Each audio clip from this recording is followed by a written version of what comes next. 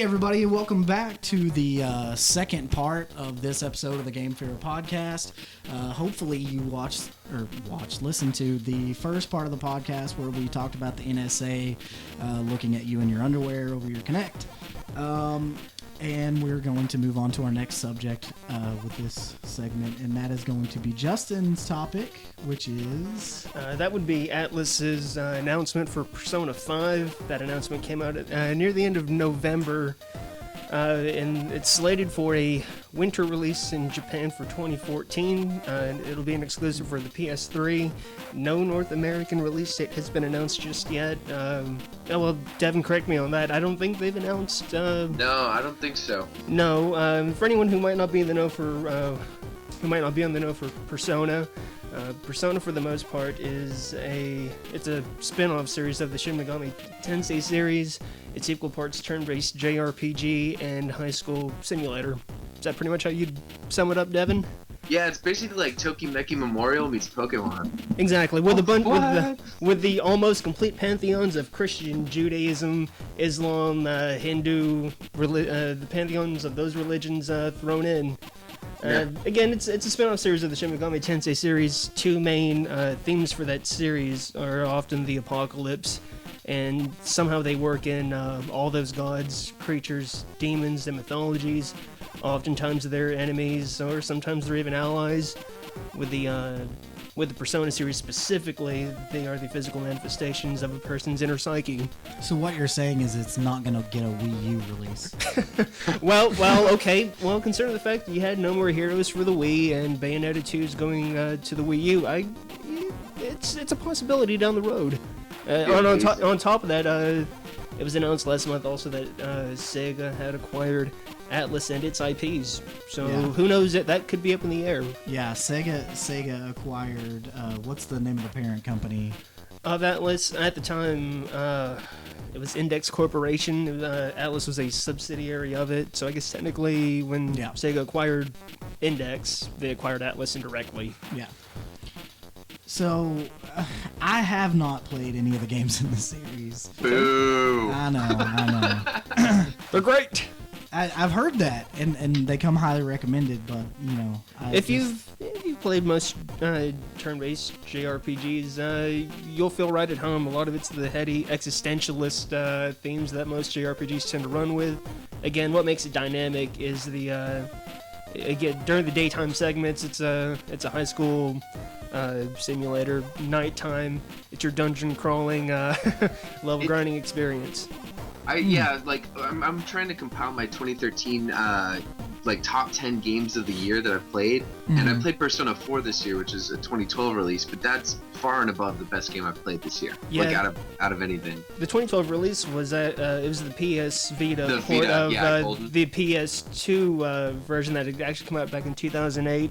And for most people, they're more familiar with its predecessor, Persona 3 and Persona 4. Those two games have really put the series under most people's radars as of late.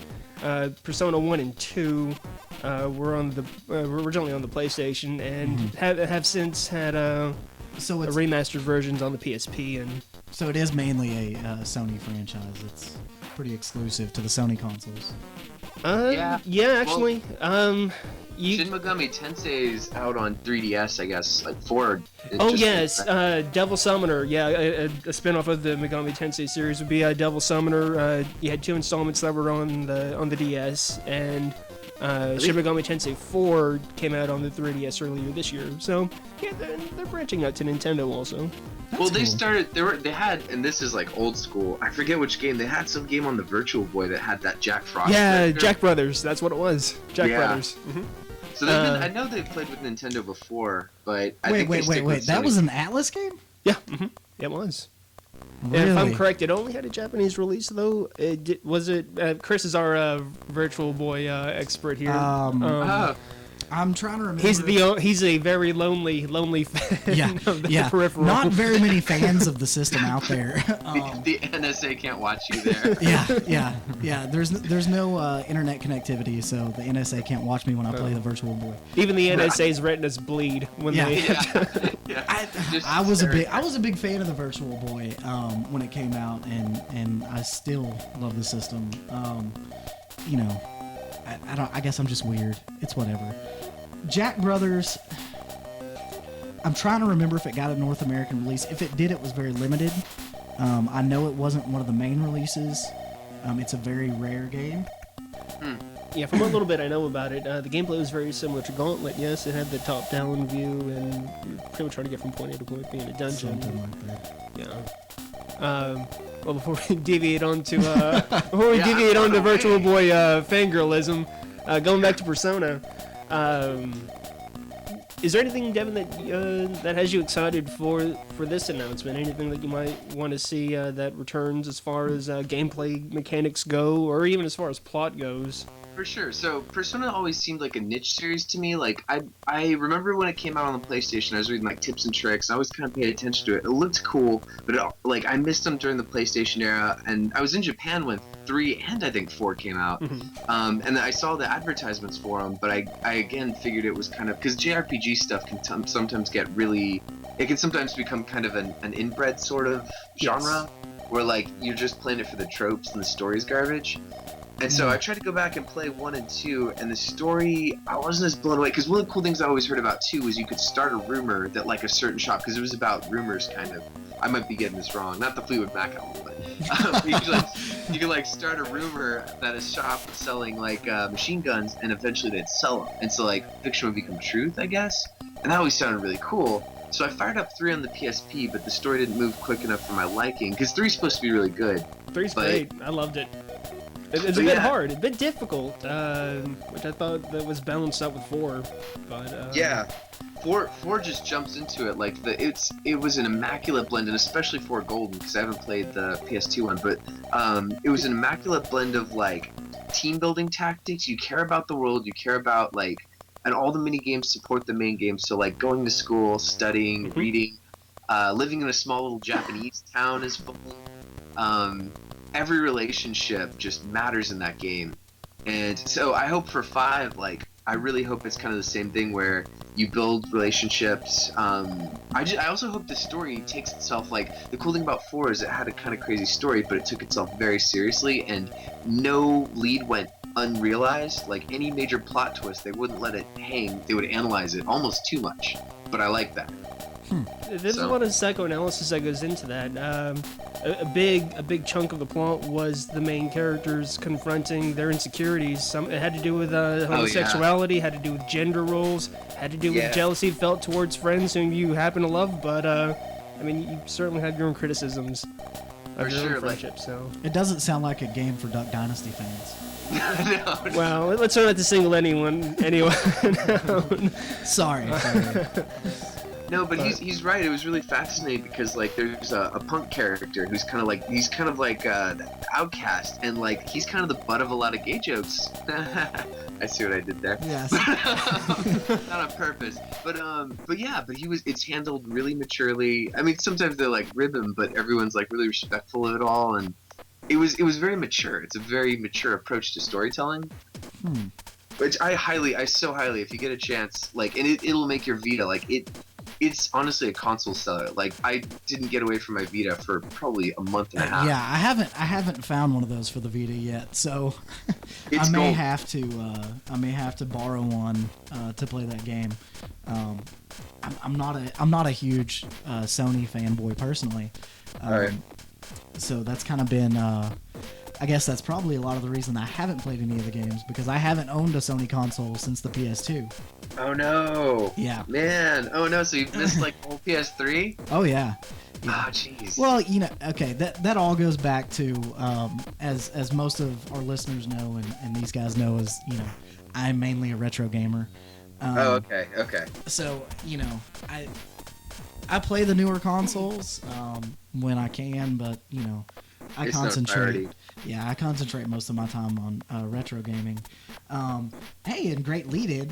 as a part of this whole, Sega Atlus alliance thing, another side effect of that was the Atlus development team now has the rights to resurrect some of the 16-bit Sega titles and IPs. So that was pretty exciting for me. I mean, I would definitely like to see, some a rebirth of Streets of Rage series, or Sure.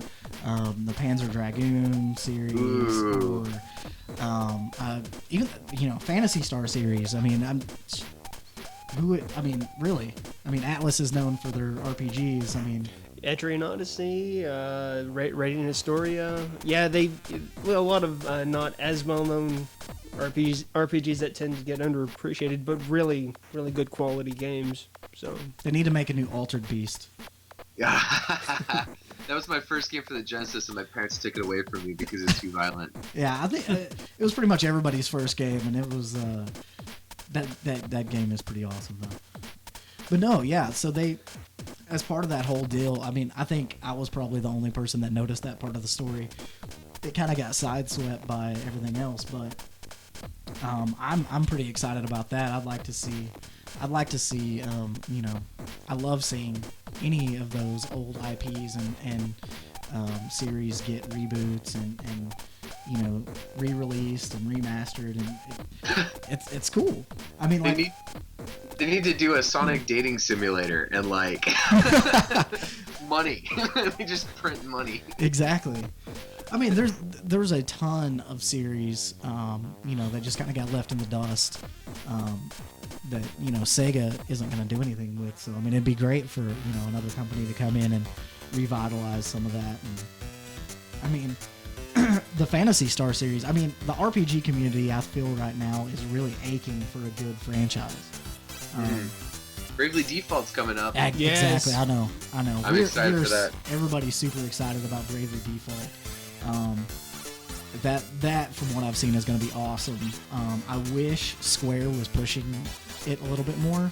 Yeah, you don't see as much press on it, I think, as there should be. Yeah. But obviously somebody there still knows what people want to play. Yeah. Even if the higher ups don't. So that's going to be cool. But, I mean, JRPGs have kind of shifted, taken a little bit of a downslide in the last couple of years.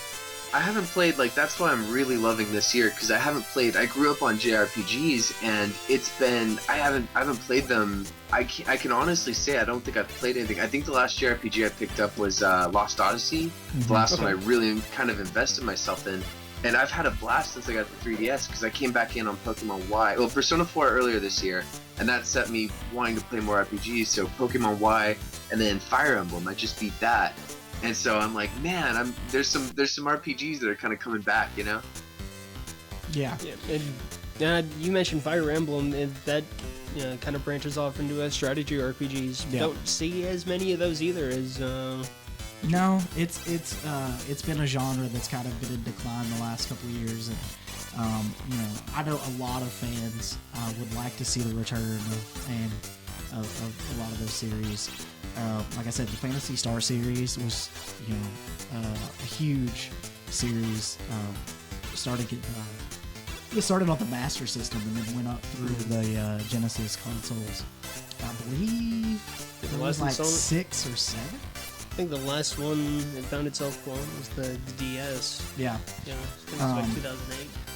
So that'd be a great series to see rebooted and really revitalized for the current gen. I don't know. There's a lot of potential there. Austin's been kind of quiet. What are you doing, Austin? I was lost until you started talking about strategy RPGs. Austin's over there like, I play shooters. Are you level grinding your Arcanine? Huh? Do you still have that Arcanine? I actually traded that one and Really? am leveling another one up so I can turn it into an Arcanine because you told me about that, and yeah. What's the Arcanine thing? He was. That's what he was doing the last time we were recording. And I like Arcanine, I really do. So, Yeah, he wasn't paying attention. He was. Speaking of Fire Emblem, though, I did play like I think 3 or 4 of those, and those are really good games. Those and Yeah. Final Fantasy Tactics. Those Tactics are, was my jam. yeah.